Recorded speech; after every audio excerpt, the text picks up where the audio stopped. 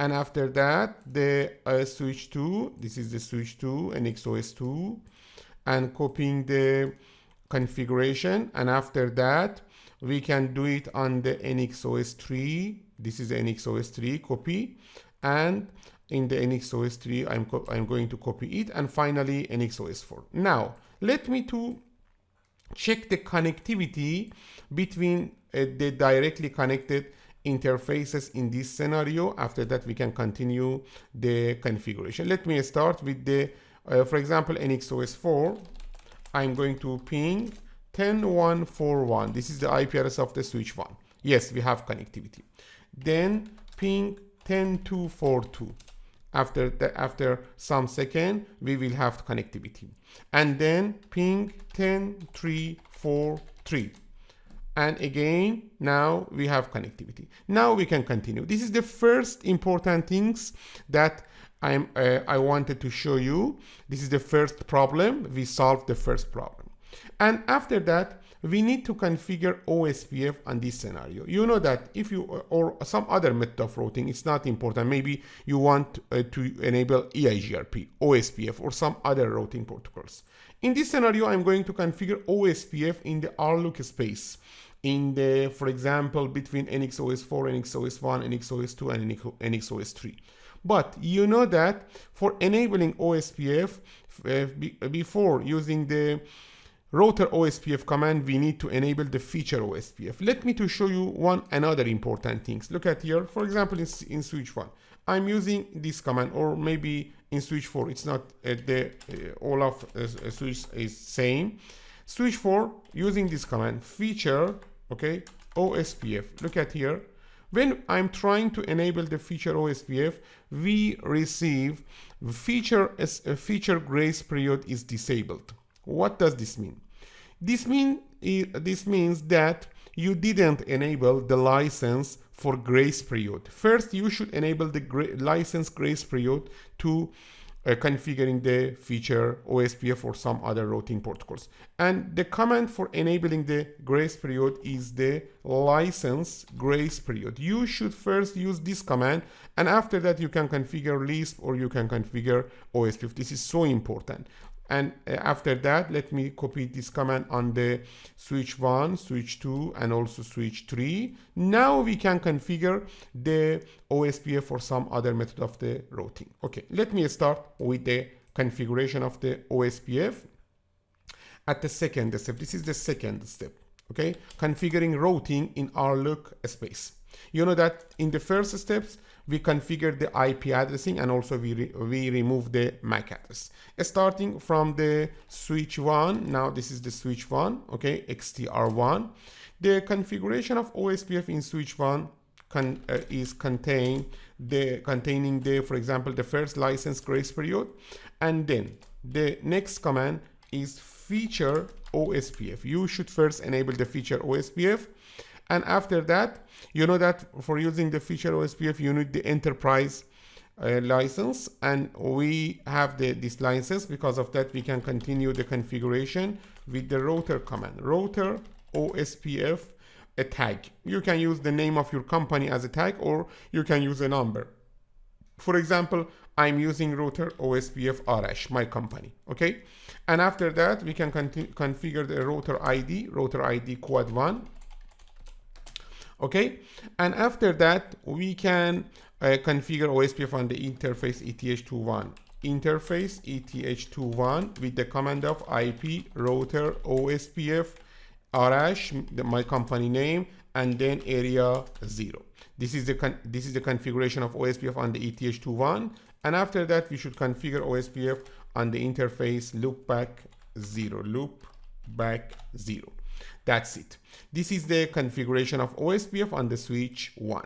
And after that, we need to configure OSPF on the switch 2. Let me change some values. This is the switch 2. And then feature OSPF, router OSPF Arash, router ID quad 2. And then we enabled OSPF on the ETH21 and also on the loopback 0. Let me to continue with the switch 3. This is the switch 3. And then the router ID is quad 3. I enabled OSPF on the ETH21 and also loopback 0. And finally, the switch 4. For the switch 4, we should configure OSPF. Router ID is quad 4. We have three physical interface and one logical interface: ETH21, ETH22, and ETH23. And as you can see here, I enabled the OSPF on all of these interfaces and also on the loopback interface. This is the second step. Let me to copy again this configuration, and after checking the result, we can continue with configuration of the LISP. Starting with the configuration of the switch 1, copy the configuration and pasting on the NX-OS1. Look at here. As you can see, feature OSPF now is enabled, and now we have the for example, OSPF enabled on these interfaces. Show IP OSPF interface brief can show us that we enabled OSPF on the ETH21 and also on the loopback 0. Very good. Let's go to the switch 2, copy the configuration on the switch 2 and paste the configuration here. And the next switch is switch 3, copy the configuration on the switch 3. And after that, we can go to the switch 4 configuration, copy and pasting on the switch 4. Now, the first thing that we should check is the neighborship between the routers. Okay, we should ensure that neighborships are occurring between the NX-OS4 and NX-OS1 and NX-OS4 with the NX-OS2 and finally NX-OS4, NX-OS3. Let me check. In NX-OS4, switch 4, show IP OSPF neighbor. Yes, we have neighborship between router 4 and router 1, and after some second we will have neighborship between router 4 and router 2 and 3. We should wait because the selection of BDR can take up to 40 seconds by default. Because of that, now as you can see, the state between the router 4 and router 2 is two-way, but after some second this should change to the full. Look at here. Let me check again. If you want to converge faster this scenario, you can configure the OSPF network type point-to-point on these interfaces. Yes, we have connectivity now.